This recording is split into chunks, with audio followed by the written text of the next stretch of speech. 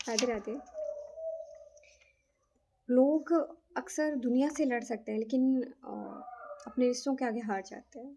ऐसा देखा होगा कि कुछ करीबी रिश्ते अक्सर कुछ भी कह देते हैं, भले ही सामने वाला कितना ही हर्ट क्यों ना हो रहा हो, या फिर आपको इमोशनली ब्लैकमेल किया जाता हो, आपके जीवन के डिसीजन कोई और लेता हो, उनके हिसाब से आप डिसीजन लो, इसका प्रेशर डाला जाता है। कुछ ऐसे रिश्ते जो बहुत कंट्रोलिंग होते हैं और ये कहकर कि वो सिर्फ आपके भले के लिए ही तो कह रहे हैं। तो ऐसे रिश्तों से बचना चाहिए, भले ही वो आपके कुछ भी क्यों ना लगते हो। आपको एक बाउंड्री सेट करनी ही चाहिए कि इससे ज़्यादा नहीं, भले ही इसके लिए आपको विद्रोही क्यों ना बनना पड़े।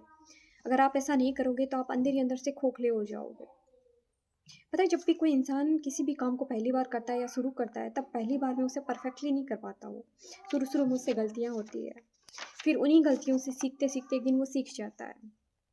जब आप डिसीजन लेना शुरू करते हो तो हो सकता है शुरुआत में आप गलत डिसीजन लो, लेकिन धीरे धीरे आप डिसीजन लेना सीख जाते हो। और अगर आपने पूरा जीवन दूसरों के कंट्रोल में ही गुजार दिया तो ना तो आप अपने जीवन को ठीक से जी पाएंगे, ना ही समझ पाएंगे। हमने ये तो बचपन से ही सुना होगा ना कि हमेशा बड़ों की सुनो, बड़ों की हर बात मानो, उनकी रेस्पेक्ट करो। हमें ये सिखाया गया है।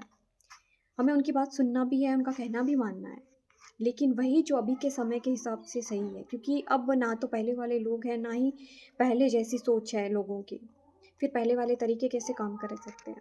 अगर आपने अपने जीवन में ट्रॉमा झेला है तो एक दिन वही ट्रॉमा आप अपने बच्चों को भी दोगे, क्योंकि कहीं ना कहीं इसमें आपकी भी सहमति होती है।